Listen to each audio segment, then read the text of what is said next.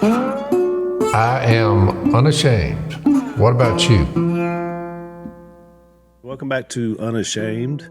Got Zach, Jase, and Al still missing Dad. He's working on recovery, but it's a slow go. He's just, this old back is really giving him fits, and so we'll be glad to hopefully get him back in the flow here before too long.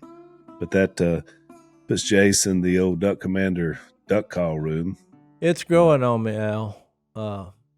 You've been a lot more. The first day we did it, you were there this week, you were a little bit like out of sorts, but now it seems like it's kind of becoming back to your old duck call room days. Well, because you got to remember, when I was in this room, it was a podcast before podcasts were podcasts. That's true. There was no audience unless somebody just came by to visit, right? All we did was got all that on video. We could have. Yeah, that's true. Years. So right to my left is the infamous bathroom, because this wall, even though it looks, let me look at it. Yeah, it looks like a nice wall, but it's real thin. And so you can hear everything that goes in on that bathroom. So this is where we used to sit when Si would go to the bathroom. And Si's a commentary bathroom user. He provides his own commentary to himself. He does. The most hilarious thing that I've ever seen another human do. Just listening to that, which I brought that up before, but I can't. We did an event one time, Jase. I didn't say this that time we did it, but I think we were in Auburn, Alabama. It was me and Si, and it was a big thing. I mean, it was an arena full of people in their basketball arena, and Si looks around and he said, "Hey, boys, I got to take a leak. What do you sound like Dad?" And so I said, "Well, I'll go with you, Si." And so the guy took us in there where there were people in the area where we were, and he just goes right into Si mode, talking and making all these all these sounds, and everybody is so tickled because they're in the bathroom with Si. And in the bathroom, how it is for men, you're kind of eyes forward. You don't really address people in there. It's just and people don't like, some people don't even like bathroom humor. I mean, my Exactly. wife has come around, but it's taken 34 years. I'm like, it's funny. It shows that God has a sense of humor. Some people don't know how to have any humor outside of bathroom humor like us. I mean, I feel like all jokes, everything always come back to a conversation about. Well, Zach, it's pretty hard to be sitting here and an elderly man named Si says, "Boys, I got to go to the bathroom." Takes off, and then all of a sudden you hear, "Whoa, wow, good grief!" My first instinct is to call 911 or to dare to rush in there and say, "You okay?" And then he's like, "Whoa, wow!" It's just, how could you not laugh at that? Is what I'm saying. That was just a brief. So next time we have him on, we need that. I'd like to. Let me tell you something. Si has no idea he does this. So he didn't even know he's doing it. Well, y'all are not going to believe this because we're going to have a guest today at some point in this podcast. Yep. And this story is incredible on what happened last night. I got to be a part of it. God designed it. But one of the contributing factors to the story and the guest that we will have here, if not, I guess the ultimate catalyst for us meeting, was he listened, the fellow that we're going to have on as the guest was actually listening to that podcast. He turned it on. It's when we were talking about Si in the bathroom. Well, no, remember when I said, why don't we had Si the last time he was on? And I said, why don't we just go around and talk about how you shared Jesus with people and what? Remember that idea I had, which now I realize, brilliant. Because there was a guy listening to that podcast who now, just a few weeks later, is going to be on the podcast. Yeah, because he listened. He heard. He heard, and then something happened. Were you on that podcast, Zach? Do what? Were you on that podcast? I think I was out on. I think that was during the storm. Yeah, I didn't. Yeah, that was. You missed it. That's why we had Si. Well, you were with us in spirit, Zach. So you can take credit for it because I know. But you've learned that from Willie. But Zach, Si and Dad were yelling so loud at each other, like excitedly. In a good way, yeah. In a good way, right? that Maddie was just jumping around over there behind the screen. She was just because she's like, how do I turn it down? What do I do? It did bring out an enthusiasm, but I'm so glad to hear that. I can't wait to meet this. Yeah, he shared that last night, and I thought so. That's exciting, but we'll get to that later. So Zach, tell you mentioned on the last podcast you've got a new podcast that's coming out called Not Yet Now. Not Yet Now. So you're trying to tease people into being curious of coming to. I'm not sure that title is going to work for you. Well, we have to find out. So. Well, you don't like the title? Well, I'm just saying, if I was going to do a podcast, I understand what you're doing. I get it. I love the title from a spiritual application. Yes, but I think when there's so many podcasts to choose from, you're sending a subliminal message. They're like, "Oh, Zach's got a new podcast. I need to listen to it." Then they look at it and say, not yet." They got to keep reading. Now, not yet. Now. Oh, okay, maybe. Yeah. So that's the deal. They're like, they think not yet, but then like, no, I just need to do it. Yeah, like not yet. That's happening now. Like it's the already not yet. No, it's just like Zach's contributions on this podcast, Jace. He says things and you're thinking, like, man, that sounds pretty in depth. And then you have to get into what do you mean by that? Well, if it flops, then that we'll know why. It'll be because I picked the wrong title. But now I'm already in, so I'm invested in everything. I've got everything set up. So it's been mentioned. Well, to your point, since I don't read the comments for our, or do I watch the podcast? I'm live, so I don't like to go back. You're doing it just like you did in the Duck Hole room, Jason. Yeah, because once it's over, it's over. People say, "Well, I'm gonna go listen to it, or I'm gonna tape it and watch it." Well, now it's no longer live, and the opposite of that is it's dead. So it's real hard for me to go listen because I thought, well, that happened. But anyway, I don't read the comments. But our producer one time said that somebody was griping. They're like, "Why is Jace on his phone?" And I want to tell you, has there been more than one people say that? Yeah. So they're like, "Why is he on his phone during the podcast?" Well, I'll reveal to you what I'm doing on my phone. I'll show the vulnerable side of me. I'm looking up words that my cousin Zach is using. He's not lying. 90% of the time when you see me on, I'm looking up a word and then I can't spell it. And then when I find the definition, I'm like, well, why didn't you just say it? Say the definition instead of using the word. See, I should have called it Big Words with Zach Dasher. That would have been. You thought about it, didn't you? I did think about it. But you decided to go for the more clever. I went for the little clever, nuanced, approach. I wanted to, but also I wanted to embody kind of our teaching on the kingdom as well. Yeah. And so it'll be. And you're going to have somebody on with you, right? You got like a cohort. Yeah, I have one kind of main guest that I've kind of processed a lot of stuff with. His name is Brandon Hudson. He's a brilliant guy. And then we'll have other folks on as well. But it honestly, it'll be a good companion for this podcast because we're only going to do it once a week. It'll be released on Tuesdays. Our first, which is the only day our podcast doesn't. Yeah, so we're Monday, Wednesday, Thursday, Friday. Exactly. So come over, check it out.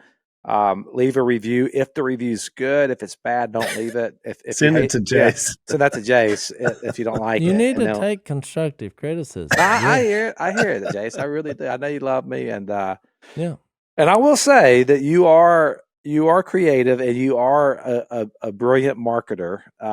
And even really, I've worked so hard on it. No, it comes natural to you. You're like Phil. It's like it's not academic, but it's like you got your finger on the pulse of something. So I do hear I just remember that when my dad came to Christ and that we started going to church, and that's what I was doing. I was not a part of it. I was going to a building that they said we're going to church, and I would go. And some of these guys would get up and speak, and my eyes would glaze over, and it was impossible for me to understand what they were saying. Yeah. It was just, somebody labeled it Christianese. It sounded good, but it wasn't of substance. Yeah, I know what you mean. Well, it's like, and I go back to all jokes aside, the book of Acts was a declaration of who Jesus is. Mm-hmm. It was not a study in apologetics and theological discourses. I mean, they did bring up the old system and the old law, but only in the context of how God brought this together, how he literally made heaven and earth come together with him dwelling with humans. So I think I'm giving you advice here. You always got to keep that in mind. The simple story of Jesus is where the power is. Well, I don't think we're not getting off the simplicity of it, but Paul, speaking of Acts, in Acts 17, he did go into the Areopagus with the philosophers of the age and engaged in a pretty intellectual discussion with them and made a pretty profound case there. And so I think that what this podcast is going to be is that we got the best guys. We had the best compliment on our podcast, Unashamed, that I've ever gotten. The other day, somebody was talking about it to me, and they said, "You know what y'all's podcast is? If we just boil it down," I said, "What you guys are is you are a gateway drug to a very deep Bible study." And I thought, that's pretty good. That's it. I mean, that is what it is. I mean, so I think that what we do on this podcast is incredible, and I actually think we get a lot of deep discussion here. Are you bragging, or are you just? I am thankful for. I find it humorous that we were called a gateway drug. Gateway drug to a deep Zach took it as a See, that's why I don't read the comments, because I like that. When he said you're a gateway drug, I wouldn't have read the rest of it. Yeah, I was like, drugs, I'm out. Deep Bible study. But what we're going to be doing on the Not Yet Now podcast is we're going to get into a lot of those kind of discussions and kind of what I would say like an Acts 17, what Paul did in the Areopagus. And so now our Areopagus is going to be anywhere podcasts are heard, or on the YouTube channel, which will be at Dasher Zach. It'll be that channel. ZACH is the name. But we'll have it on the 19th. Is that right? We'll We'll drop a few episodes on the 19th, and then we'll repeat every Tuesday. We'll have a new episode. And we'll get into some of these. I actually feel like it'll probably be, because, kind of like our preaching, probably all of us preach and teach. The Unashamed podcast, just because we're here so much having these conversations, it kind of just informs. It is my Bible study, so it kind of informs a lot of what we're doing anyway. So I would say we all prepare. I mean, I would say we do 4 podcasts a week, which I would say I probably prepare 5 to 10 hours per episode. Yeah. Just in Bible study. So, it's. Which is why I try to use it in a lot of my crossover stuff that I do. Oh, wow. I get it. Look, Al's up there preaching, and I'm like, I lean over and tell Missy, I was like, I said that about 3 podcasts ago. This has been one of my best sermon prep has been our discussion of the Bible. Do you give us credit, Al, when you rip our stuff? No. Just take it for you. But I got it from somebody else. Anyway. Well, the reason why is the Holy Spirit is the author of all the material. Come on, there you go. There's no plagiarism. It's all his. It's all his. I've been saying, I don't know where I heard it from, but like Jesus is the place where humans and God meet. And I was like, I've been using that so often lately. I just think that's a great line.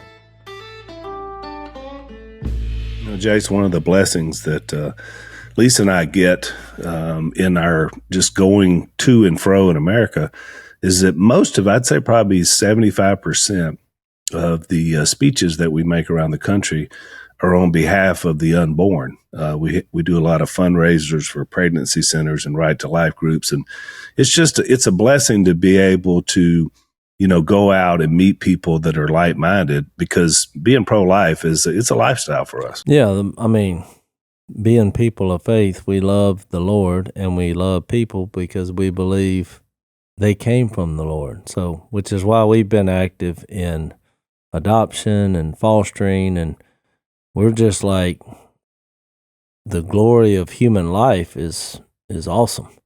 And it's so personal for us. Lisa, she says in her speech that she wishes that she had known about a group like Preborn, who's one of our sponsors, when she was 16 years old facing an unplanned pregnancy. She didn't know.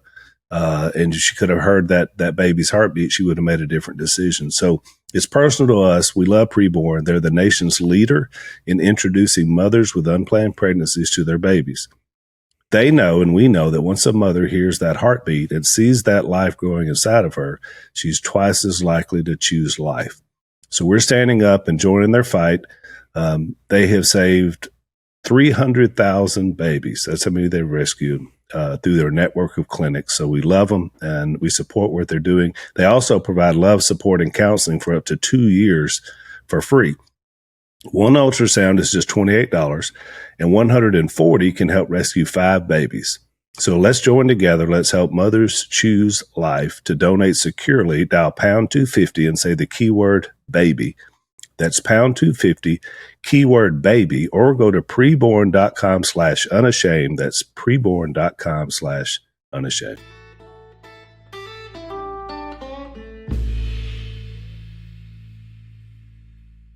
You know, like when we were in school, Jase and I were in school, and I'll say this about Jase. So we went to preaching school together, Bible study for 2 years. Why didn't they call it seminary?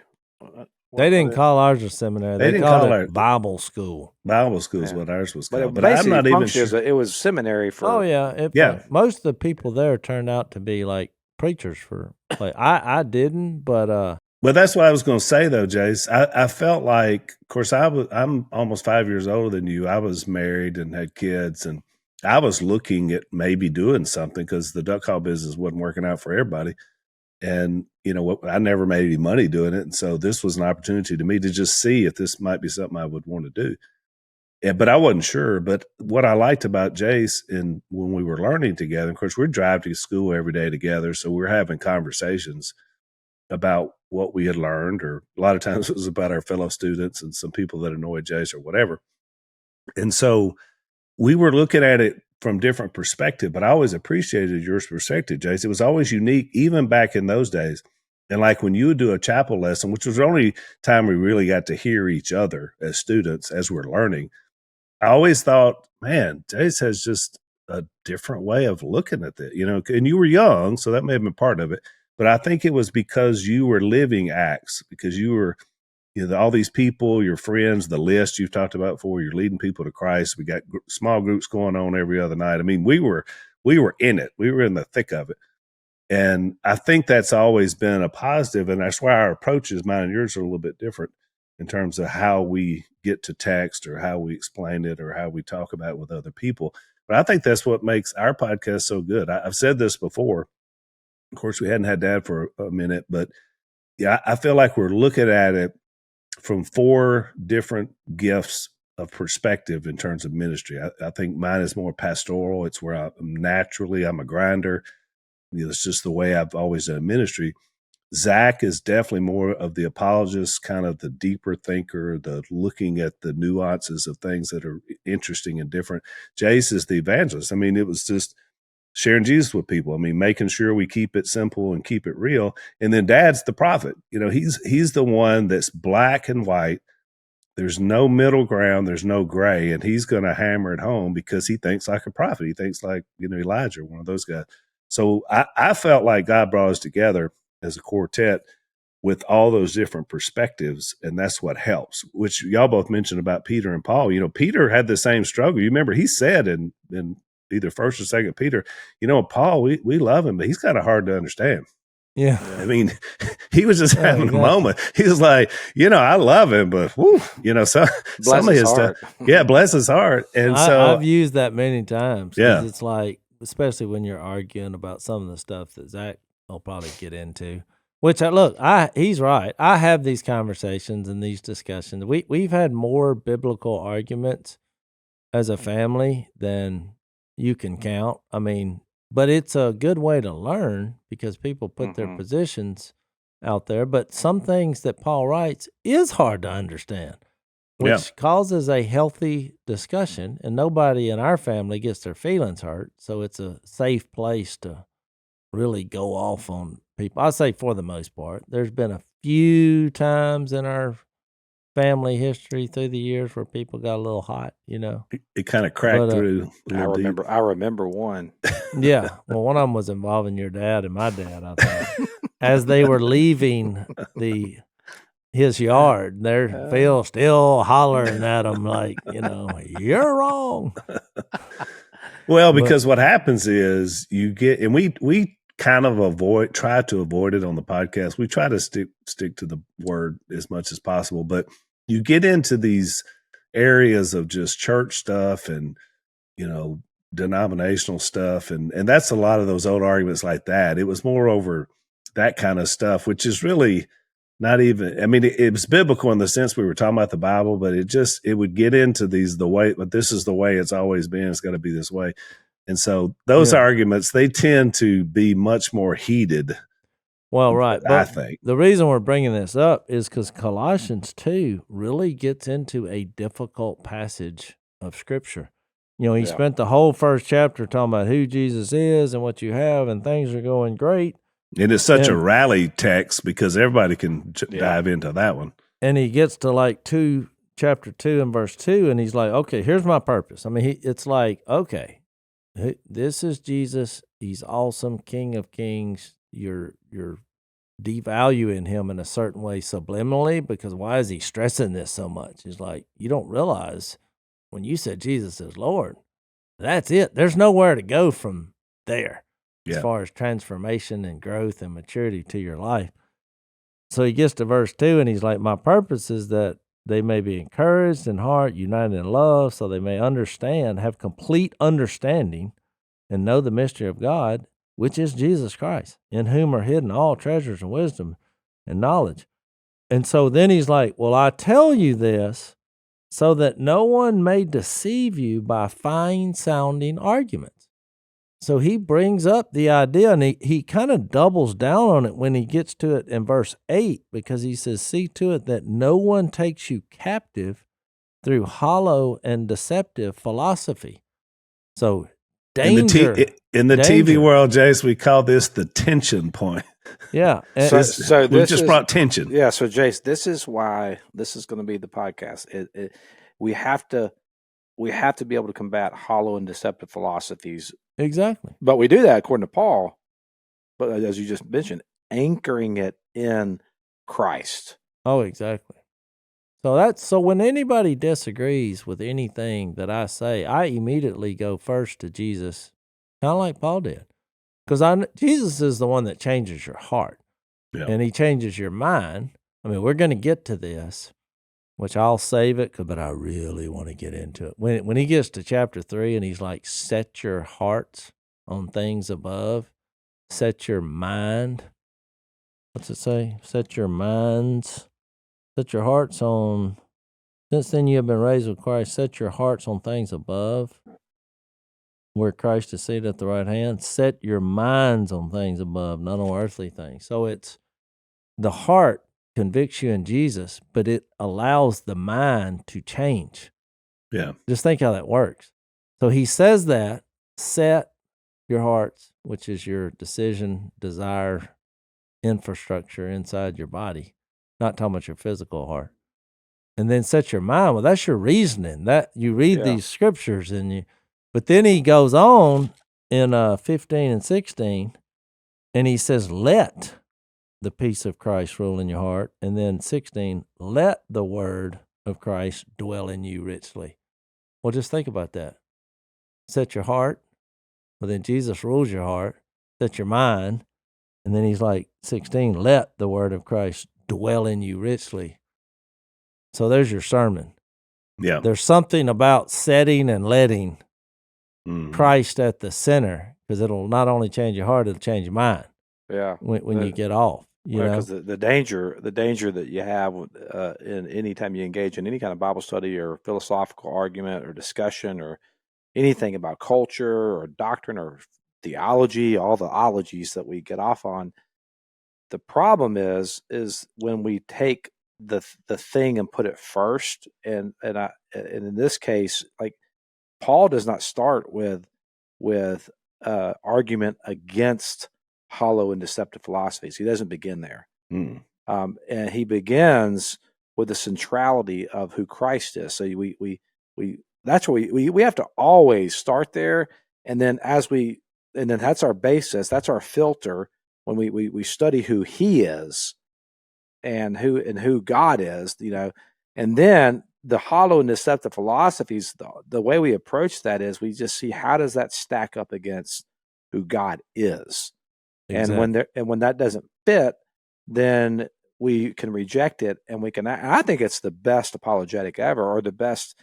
Like, how do we determine what's true or not?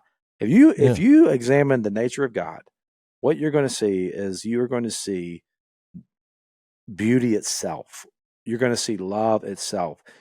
God is attractive. God is wonderful, and so I'm going to look at who He is. And then anything else, if you start to examine it, you're going to see that this is a death work. This does not produce life. And God Jesus produces life. And Jesus is the image. He's the image of God. So look, here's what happened. This is the setup for our guest. I literally started in Colossians because I got a text from a guy. You say, well, how do you live out the book of Colossians in our life? Which is really what this is all about, right? We want to grow in Christ. We're talking about what's that look like in real life. So I get a text from my neighbor who says, there's a guy who wants you to baptize him, which I get those texts sometimes. It happens quite a bit. Yeah. And so what's my answer? Well, who is it? Who is this guy? Where's he from? And so that led to a series of events and that happened at my house last night. And then we have the guy who had the guy, which is my neighbor, who they've never met, which is a crazy story. Brought him in, and we had a Bible study last night. So, and he is actually there in the duck. He room, is right? He is here, so that we are literally he is coming on the podcast after our Bible study. And I think you'll see the connection to the book of Colossians in the story that he will tell. All right, this is going to be exciting. So we're going to take a break. We come back on the other side of the break. Jason's going to introduce our special guest. So, Jay, since we've actually done a Christian film about our family, we understand why it's important to have Christian films get better and better, and I think they have. No doubt about it. I mean, the first line of thinking was, let's make them not cheesy. So we've accomplished that. But when you start throwing out true stories, Angel Studios has a new movie about Bonhoeffer. It's a true story, and it's about a man who didn't think he was going to be resurrected. Oh, he knew it, which is the recipe for a great movie. And you really couldn't find a better story that fits into where our world is today, as we sort of see the world in this, it's lining up, division. Dietrich Bonhoeffer is swept into this epicenter of this deadly plot to assassinate Hitler in this new movie that Jay's mentioned from Angel Studio, and it's called Bonhoeffer, Pastor, Spy, Assassin. Hits theaters November 22nd. You can get your showtimes right now at angel.com/unashamed. With Bonhoeffer, he had his faith and his fate at stake, but he had to choose between upholding his moral convictions or risking it all to save millions of Jews from genocide. Will his shift from preaching peace to plotting murder alter the course of history, or will it cost him everything? Check it out this Thanksgiving. See showtimes near you and get your tickets today at angel.com/unashamed. This is a movie you don't want to miss. Go to angel.com/unashamed. That's angel.com/unashamed.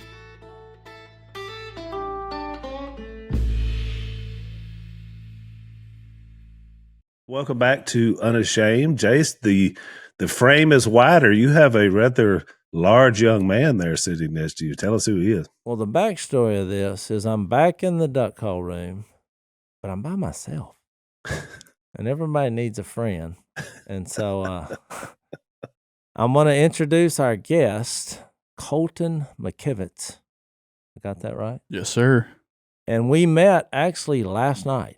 And so I introduced this story by saying I got a text from my neighbor who was actually our lawyer during Duck Dynasty. So it's been a while, but he just never left. Mm-hmm. And he's actually from California. So you have a connection there with them because that's where you're currently residing, right? Yeah.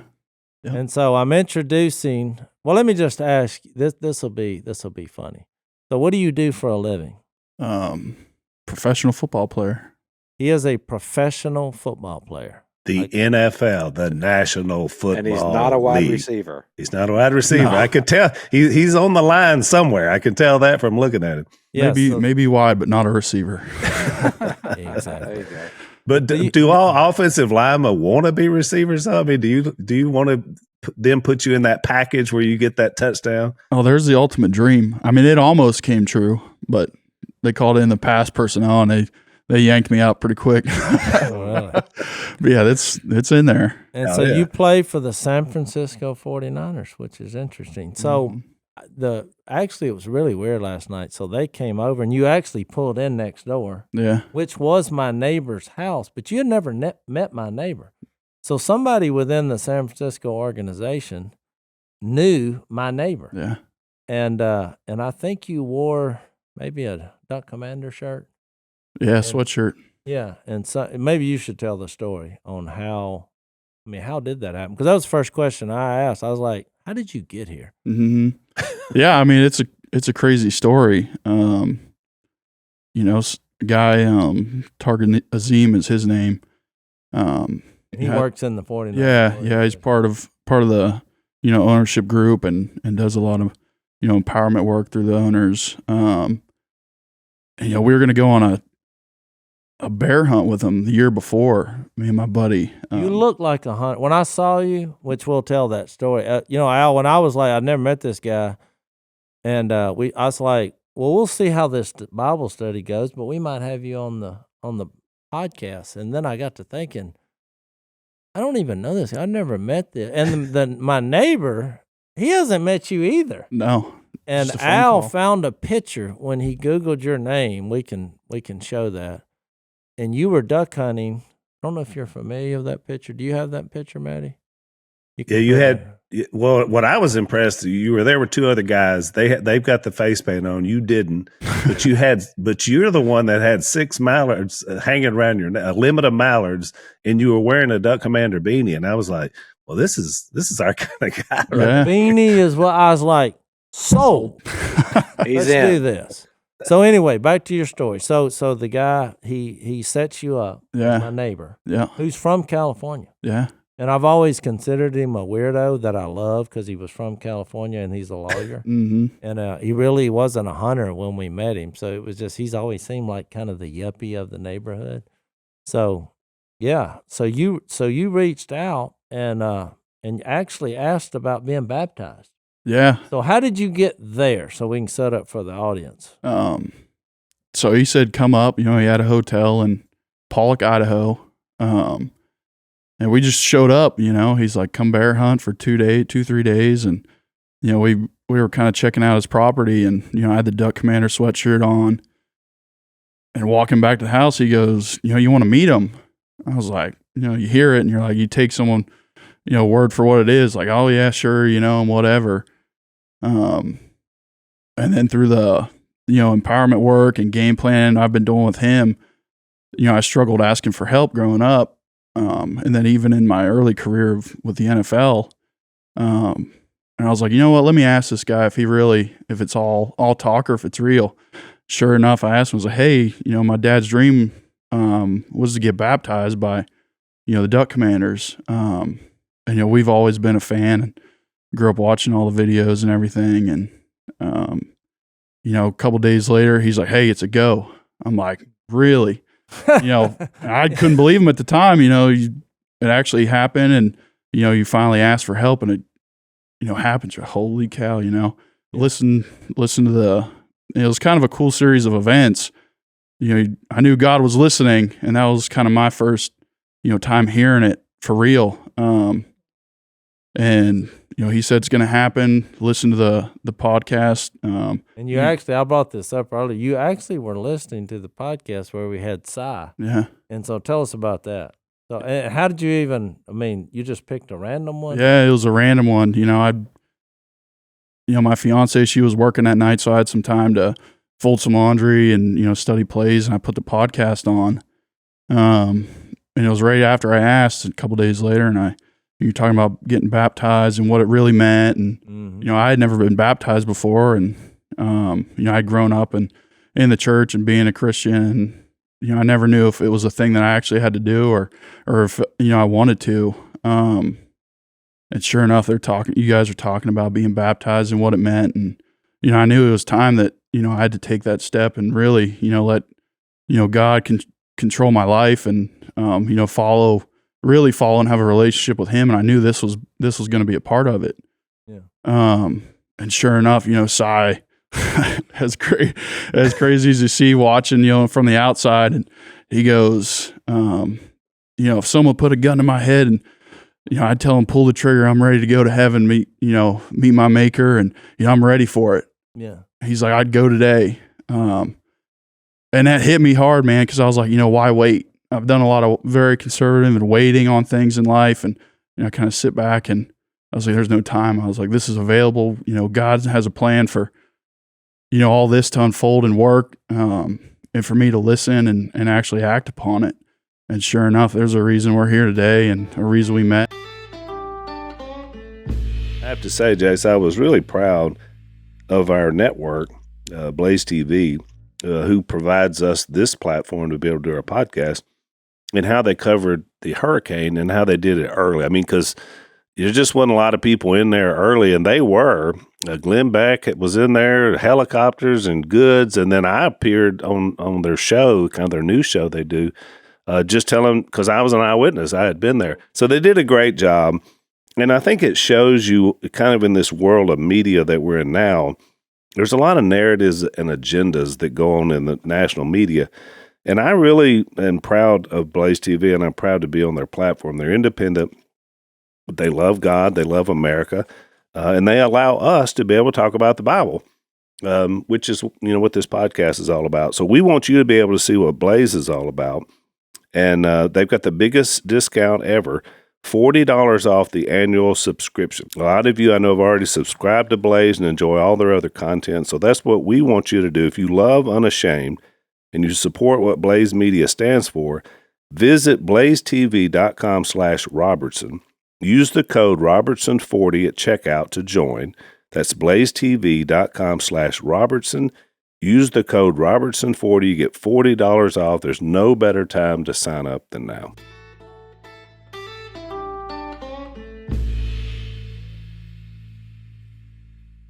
Whenever Jase told me that you were coming, I was like, and I looked up and I saw that you play every Sunday in the NFL. Yeah, he's actually the starting. He's a the left starter. Right. tackle. Yeah. I can't. And so I was like, well, how is Colton coming? Are they not playing Sunday? And he said, no, it's a bye week. And I was, which made it even more impressive to me that, you know, in the middle of your season, that God is working on you.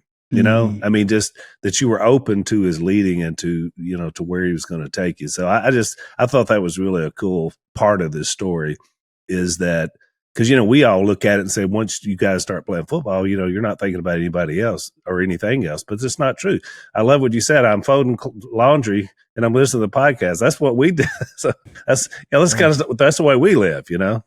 Yeah. And you said a couple things. So what we did was, you know, the first thing I did, and you remember last night, feel free to jump in there.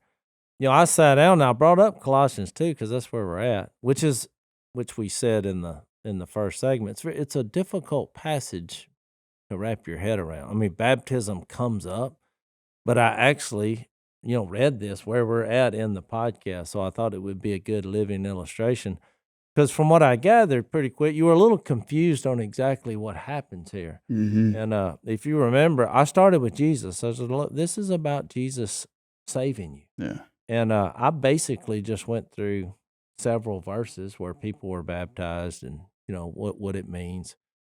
And it was so funny because his dad and mom were there too. And when we got down to the baptism, which it had just rained, and I have a pool, which I was kind of telling you, I'm really not a pool guy, but it's turned into a burial ground in my backyard.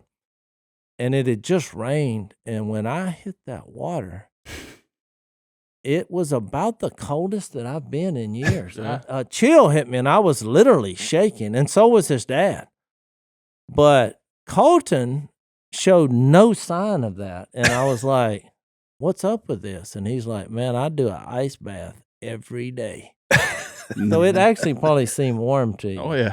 But I was just, and we videoed it, and the whole time I'm just, I don't know, somewhere in between the adrenaline, the Holy Spirit, and the coldness of the water, it'll be real memorable. But when I asked you, we talked about Jesus, went through baptism, and we'll do a lot of that when we get to Colossians 2 on our conversation, because I found it enlightening, some of the questions you asked and the discussions we had, and it was a pretty lengthy Bible study. But I just basically said, what is your confession? And your speech was one of the greatest confession speeches I've heard. He basically just shared Jesus and the gospel, and he ended it with, I'm ready for him to be the Lord of my life, you know?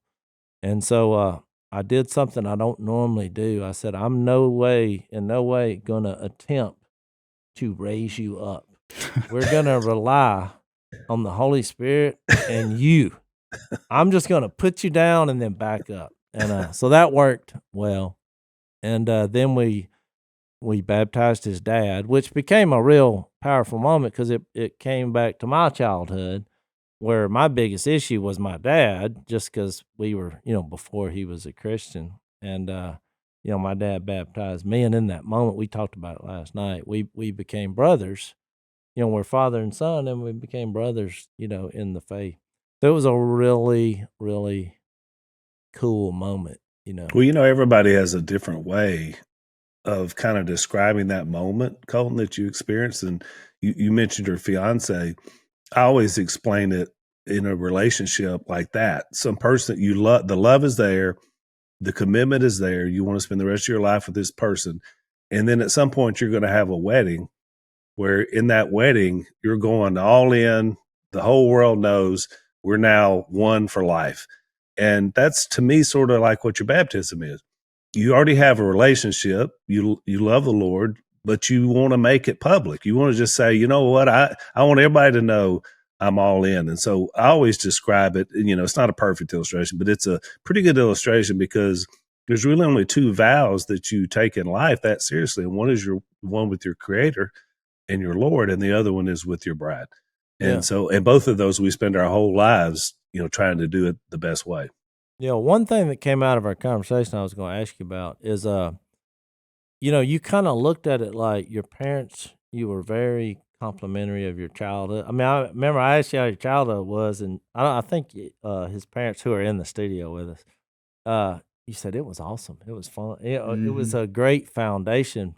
But you also said, you just had never really felt like, even though you knew about Jesus, most of the times it was just kind of going over your head. And you'd come to a moment in your life where you were like, I need to go all in, on Jesus. But one of the other, he mentioned the Sci podcast, but you also, and you don't have to give his name if you don't want to, but you can, but you mentioned that one of your teammates had made a real impression. So I was wanting for you to kind of talk through how that happened, or maybe what they said that got your attention. Yeah. So, our quarterback, Brock Purdy, huge Christian, is very vocal about his faith. And, I kind of shared with you last night, we had a long conversation in the training room with one of the coaching staff and me and him, just kind of sharing our stories, about kind of our walk in the Lord. And,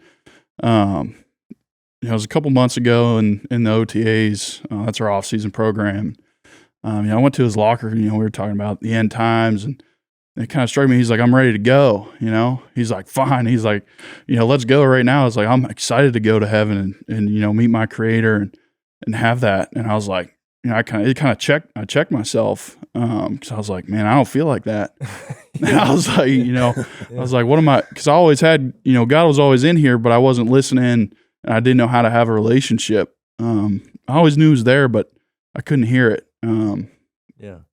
And that was one of my stop the chariot you said last night. That was my moment. Yeah, we read the Acts 8 because we were kind of trying to wrap our head around what this means. And I was saying, that Acts 8, because I kind of gave you overview about Jews and Gentiles in Acts 2, and I was like, in Acts 8, here's this Ethiopian. I mean, they're riding along in the middle of nowhere, and he's reading Isaiah 53, and he looks over to Philip and says, who's he talking about? And that verse says, he began right there and told him the good news about Jesus. And the next verse is, he looked out there and saw water, and he said, why shouldn't I be baptized? And so you just think, because I was kind of making a point about, because the typical questions came up. Can you baptize somebody anywhere or whatever? So I brought up the desert in this moment. I mean, we were at my pool last night, and pretty late night. Yeah. And it was cold. And I was like, it was a stop the chariot moment, which he I could tell he liked that. Because he's like, here I am, very successful NFL player, and you're very appreciative of the opportunity they've given you and God's given you, and you've worked your butt off, and it's a violent game. I mean, when he changed shirts, just the bruises on your body were incredible. I was like, man, that's a rough sport. But we just had the stop the chariot moment, and it happened to be in Louisiana, and his family's from Ohio, and he flew from San Francisco. They flew from Ohio. We all met at my house, had a big meal, had a great Bible study, and then buried the old Colton and his dad all in one night.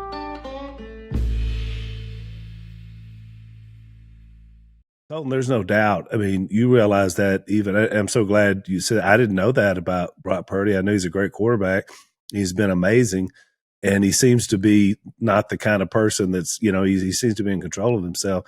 But that's so encouraging to believers, to hear that about athletes. Because I realize you're playing a game, you're doing your job, you're doing what you're supposed to be doing.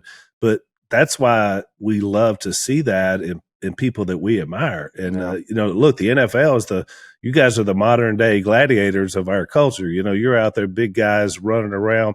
I'm amazed when you stand on the sideline at an NFL game, you realize how big and fast and strong these people are. They're not like the rest of us. And so the fact you do it at the speed you do it, we marvel at it. And I just have to say, the Saints are terrible this year. They're stinking it up.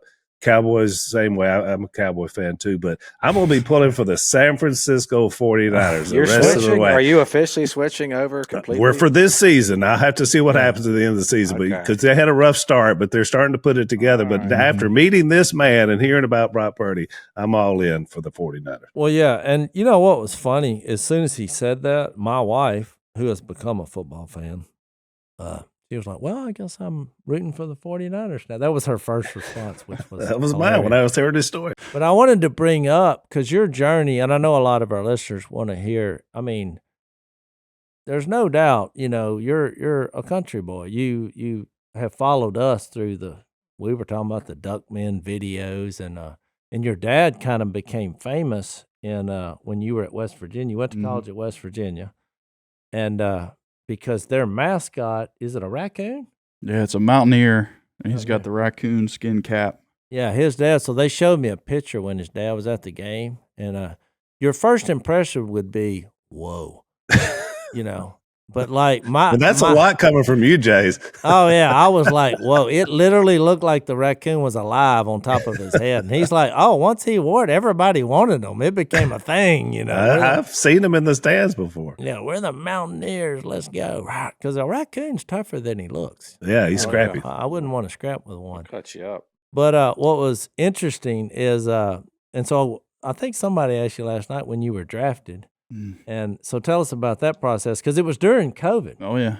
Yeah, it was, the first thing my agent said leading up to that week was, it's probably going to be one of the worst times of your life, because I wasn't expecting to get drafted super high or, maybe second day. Rounds go by, and it's COVID, so I wasn't able to fly home to Ohio, to be there and watch the draft and with my parents and family. You're just watching it by yourself. Yeah, I'm with a roommate in an apartment in Arizona where I was training all off season, after college for the draft and combine and everything. And, I'm on the phone with them and, just sitting there watching, waiting for your name to get called. And So 2 days have gone by, hours have gone by, and then all of a sudden you get the call first. oh yeah, they're like, hey, it's San Francisco on the phone, and your heart jumps. I get real excited and anxious, like, holy cow, San Francisco.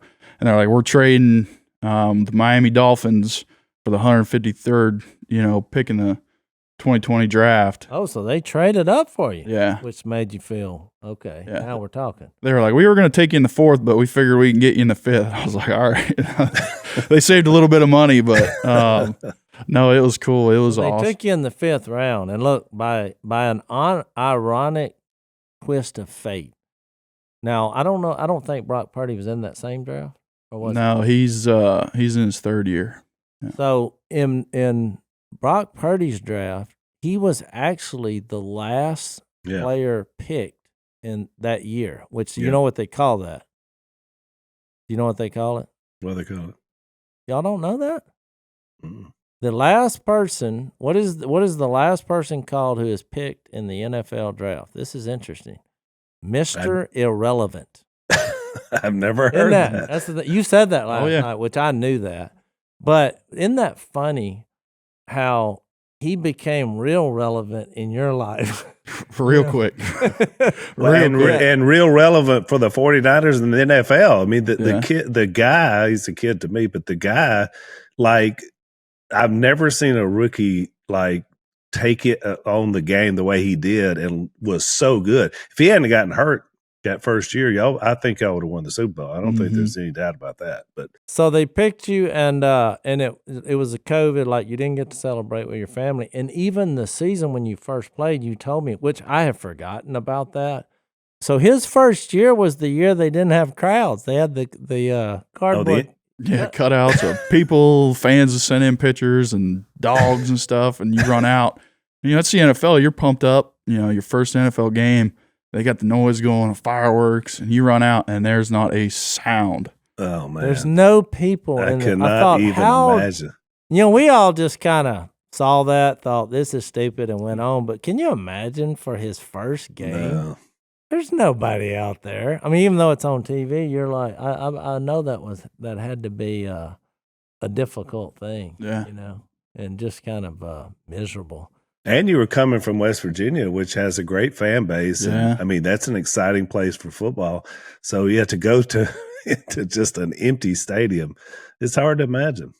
So I know we're almost out of time, but I asked you, I just think this is a real motivational thing. Because even though people are like, well, you're living your dream and God's using you and, all these cool things are happening now that you're secure in your faith.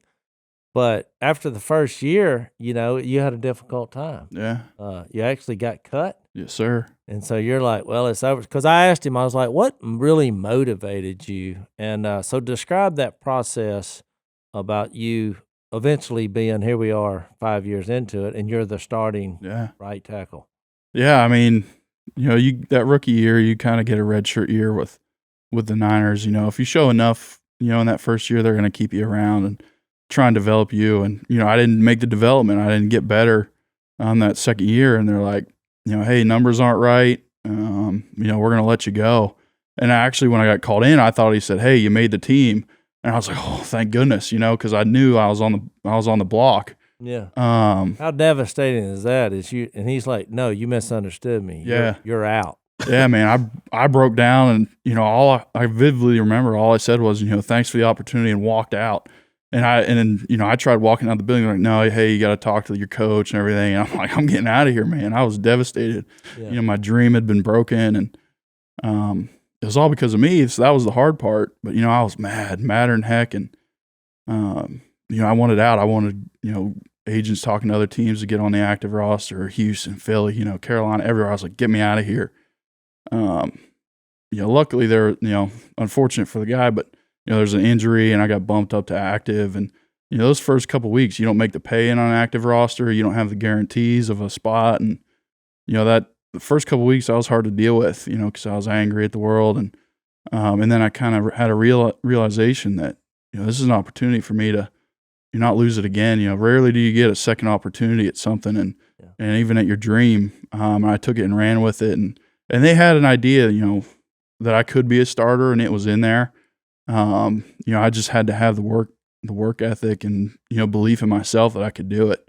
Yeah. And they kind of grew me, the year after in my third year. And then, our starter, he got a big contract in Denver, and, it was my opportunity to slide in and take over. So, I've done that. And this year, God has really blessed me, and, my perspective has shifted of, it's all God's will, and, he has, a plan for me, and this is part of it. And, just trusting in him and having that relationship has really, have had me have a successful, 8 games this year. And that's been powerful for me. And now I'm all in, man. I was ready last night. On the way in the airport, my dad's like, where are we going to do it at? Are we going to do it in a river, a pond, or, a pool or whatever? And I was like, I don't care, man. Yeah. Look, the energy he had last night was like a defensive lineman fixed to come and he was going to pancake. was the energy that he was portraying about, let's go to this water. I want to get this right. So it was an awesome experience. That's what you would expect. I want to offer up a prayer as we close out here for our new brother. And as we close out Unashamed. Father, I just want to come to you, and man, I'm so proud of Colton and what you've done in his life. Thank you, Father, for the success he's had. But more than anything, thank you for a willing heart to follow you. And so I pray blessings on him. Pray that he'll be the best influence and example for you in all of his endeavors that go on from here. I pray for his fiance, and when they're married, their family, that you guard them and protect them from the evil one. I pray for his dad and mom and family, and grateful for the submission to you in their lives as well. We love you. We're grateful we get to meet wonderful people along the journey, and we have with Colton. So just bless him, Father, in mighty ways. We pray this in Jesus' name. Amen. Amen. All right. Thank you, Go Colton. Niners. Yeah. Go Niners. Woohoo. I never thought I'd be a 49er fan. I am today. Thanks for listening to the Unashamed podcast. Help us out by rating us on iTunes. And don't miss an episode by subscribing on YouTube, and be sure to click that little bell to get notified about new episodes. And for even more content that you won't get anywhere else, subscribe to Blaze TV at blazetv.com/unashamed.